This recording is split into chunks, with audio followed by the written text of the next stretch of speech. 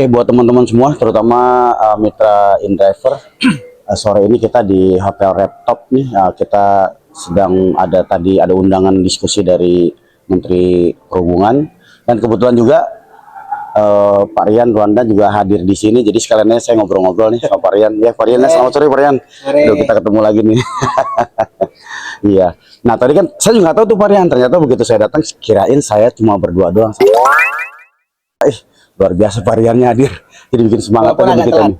Walaupun agak telat. Gitu. Nah, kalau saya lihat kan tadi artinya semua kan diundang ya Pak ya, aplikator semua diundang, Maxim, InDrive, Grab, Gojek. Mereka setelah paparan dari masing-masing Dirjen Pajak dan lain sebagainya, dari riset-riset yang dari luar, dari masyarakat, dari customer juga.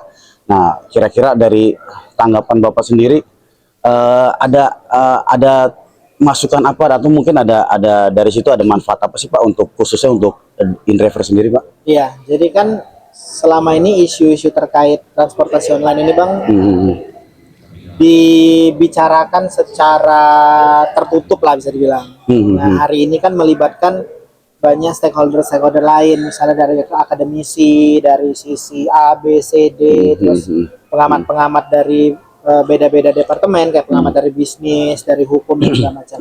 Termasuk tadi dari banyak lini komunitas driver yang mungkin punya pemahaman berbeda.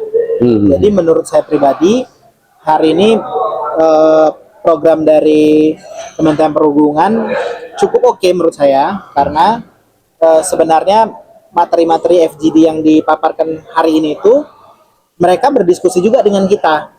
Jadi mereka ngambil sampel dari kita, mereka ngambil sampel dari peneliti-peneliti lain, mereka ngambil sampel-sampel dari driver dan segala macam secara umum, bukan dari organisasi. Jadi memang hasil dari buah-buah pikir yang banyak ini dijadikanlah satu tadi oleh mereka.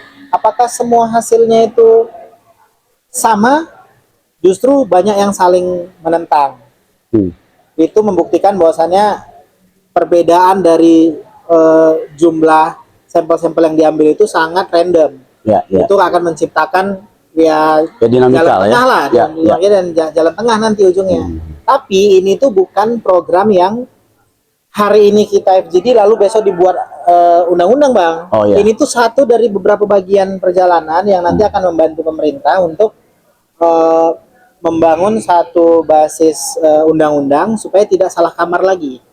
Jadi tadi kan dari akademisi juga sudah memaparkan bahwasannya yang sisi ini tuh sebenarnya di kementerian ini loh, sisi ini kementerian. Nah, itu sebenarnya yang kita clear up sekarang. Pertemuan kali ini. Kira-kira gitu, Pak. Nah, termasuk tadi kan ada juga yang isunya kan sebenarnya adalah penurunan potongan ya, aplikator lain tentunya ya, gitu. Kalau saya lihat kan dari InDrive sendiri ya kalau menurut saya pribadi ya sebenarnya standar ya, dan standar itu memang sudah benar-benar di kami sendiri sudah fair gitu. Nah, kalau menurut Pak Rian sendiri tadi sebenarnya dari 20% dari aplikator lain itu gimana sih Pak?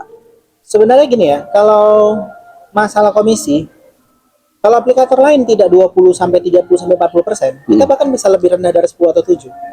Tapi kan kita tidak boleh terlalu jauh gapnya dengan competition kan. Jadi apakah 20% itu cukup untuk kompetitor lain?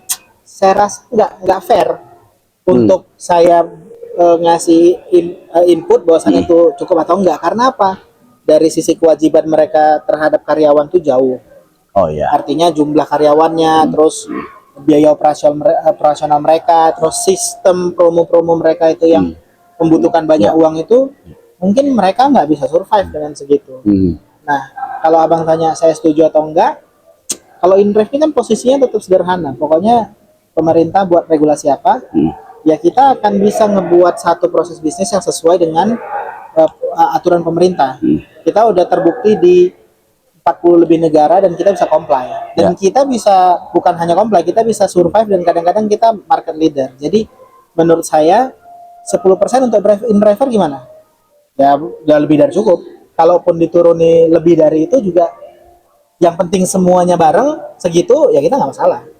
Nah, artinya gini loh Pak, dari 10% itu apakah sebenarnya selain menguntungkan ada nggak sih, artinya gini, lu cuma 10% doang, bagaimana dengan kenyamanan penumpang, kenyamanan mitranya seperti apa? Lu cuma 10 itu Pak. Pastinya kalau kita bicara pendapatan yang kecil, Nah, pasti linear dengan percepatan kenyamanannya. Jadi misal contoh, kalau misalnya kita dapat uang 100 miliar per bulan misalnya, kita bisa di bulan yang sama kita bisa buka 10 kantor, 500 karyawan, ya. terus ini itu dan segala macam. Dengan pendapatan yang kecil, tentu pembukaan fase-fase untuk pengguna itu pasti perlahan.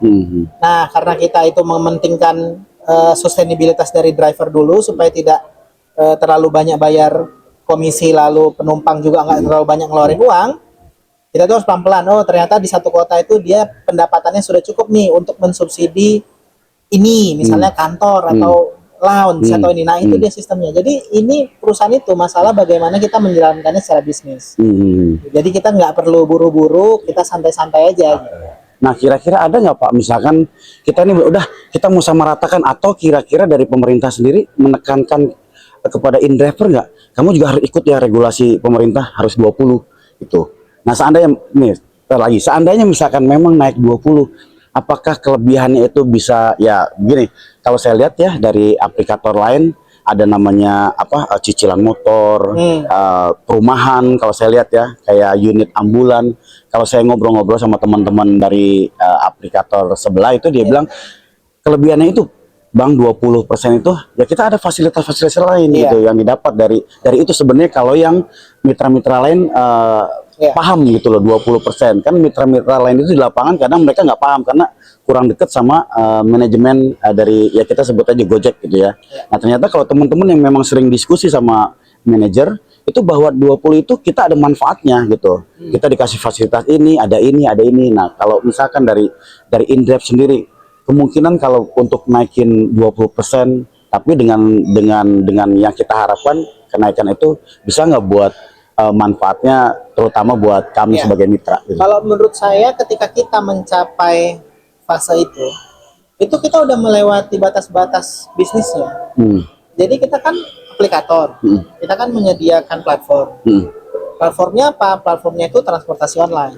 Yang wajib dan seharusnya kita sediakan itu hanyalah asuransi perjalanannya.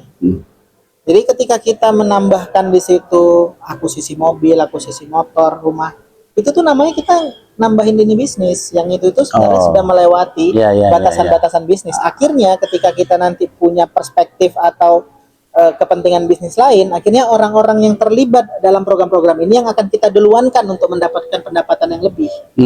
Misalnya dengan proses prioritas dan segala macam. Di situ kan titik keadilannya nggak ada. Itu kayak sama pas kita sekolah, kalau les sama gurunya nilainya bagus. Jadi betul. Kita tidak mau untuk pergi ke sana, gitu, karena menurut saya itu nggak adil. Keadilan itu apa? Transportasi online menyediakan keamanan dan fasilitas untuk perjalanan transportasi online. Di dalam transportasi online, seandainya ada program motor listrik dan segala macam, itu murni perusahaan lain yang kerjasama dengan kita. Dan teman-teman yang misalnya subscription dengan perusahaan motor listrik yang kerjasama dengan InDrive, bahkan tidak membayar melalui InDrive, bayar langsung ke mereka. Gitu loh. Uangnya bahkan nggak kita pegang, karena kita tidak mendapatkan keuntungan apapun dari situ. Kita hanya memberikan peluang teman-teman untuk dapat harga yang lebih murah, gitu. Jadi kalau misalnya teman-teman yang lain, misalnya ada program ini itu, ya mungkin untuk mereka bisa bayar, akhirnya perusahaan harus memberikan kesempatan lebih untuk mereka dapat order. Akhirnya kan nggak fair dengan yang lain. Gimana kalau yang lain nggak mau? Kalau menurut saya perspektifnya seperti itu. Sip. Masuk dibilang masuk akal sih ya. Ya betul sih apa yang disampaikan ya. Jadi ini buat terakhir Pak, kira-kira jadi dari hasil pertemuan ini InDrive kontribusinya untuk mitra-mitranya, untuk pemerintah apa nih Pak buat ke depan ini setelah kita hasil dari pertemuan kita nih Pak? Harapannya ke depannya kita bisa membantu pemerintah untuk menciptakan ekosistem transportasi online yang ramah terhadap konsumen kita, yang dimana itu adalah driver. Selama ini kan belum jelas ini sebenarnya seperti driver itu posisinya di mana, setiap kementerian itu berebut status dan segala macam. InDrive sendiri punya satu peran di mana kita itu bisa memberikan kepada pemerintah, ini loh kita di 46 negara, 48 negara yang lain tuh seperti ini. Ada kita sistem-sistem yang berbeda di negara lain dan kita udah buktikan kalau itu bisa berjalan atau tidak. Iya, iya. Jadi harapannya kita tidak lagi membandingkan Indonesia itu status kepegawaian ojolnya dengan Perancis atau US, nggak masuk akal. Iya. Iya kan? Betul, betul, sama Pak. Singapura nggak masuk. Sama Malaysia nggak masuk. Kita samain sama Filipina. Sama misalnya Nepal. Brazil. Itu masih oke. Tapi kalau misalnya penelitian didasari sama negara-negara di Eropa, itu menurut saya dicari-cari itu namanya.